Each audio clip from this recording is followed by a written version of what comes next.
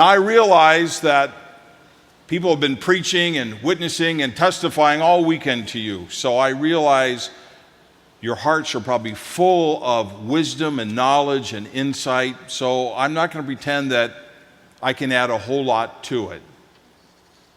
But just as a starting point, I would like to thank you for making the commitment to be here, not just to show up, but to actually be here.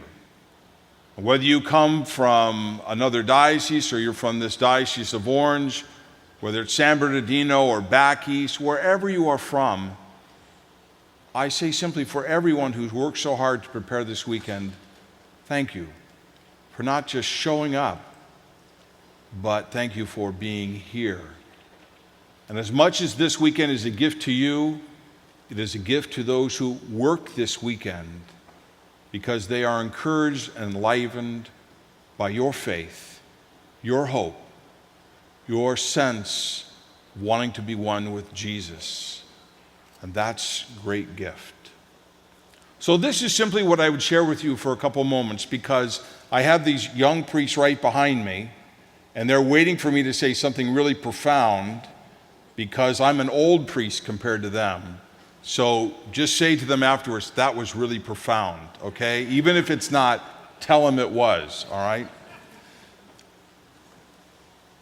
The list is long. Climate change, to summer reading lists for school, political chatter about who's right, who's wrong, to what am I doing the rest of the day? Do I have the latest app? Or all the way to what will home be like when I get home there today or tomorrow? Is there any real truth out there, or is it all up to me? Is my destiny in my hands or no one's hands? Jesus, in this passage today of Matthew, has just finished an exhausting description of what it means to be a disciple, what it means to follow him, and how challenging that will be.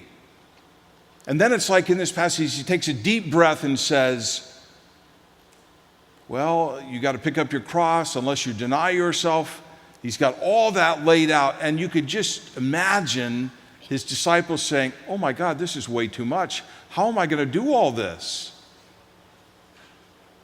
Jesus says, come to me, you who are weary and are burdened, you who are overwhelmed, who don't know which way to turn, who sometimes are frightened or just merely frustrated by life. He says to us, take my yoke upon me, upon you, and learn from me, for my yoke is easy and my burden light. For my yoke is easy and my burden light. Now, is that just utter nonsense? Or is it the truth that so often you and I cannot see? I think it's the truth we so often cannot see. But hopefully this weekend and the encounters you've had with the risen Lord in some way have helped you to see more clearly the truth that lies before us.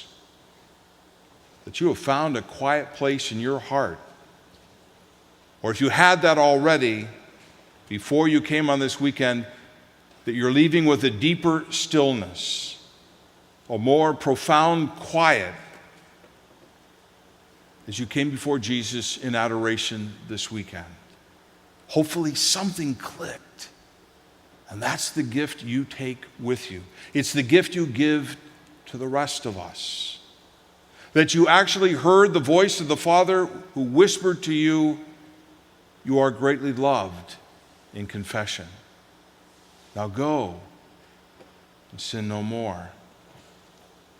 That you listened and spoke of belonging to a group of growing disciples and what it means to be church in a world that so often sees us as odd, strange, or simply out of touch, antiquated. An old system that should be discarded. But we say to you, the Lord says to you, come to me. That is your path. It is my path. It is your holy walk. It's our holy walk. It's your mission. It's our mission. It's your way of becoming fully human.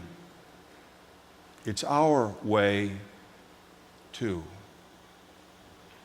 Now, I say this very simply because I'm old and I'm gray, and there's more of me in my body than my doctor tells me I should have.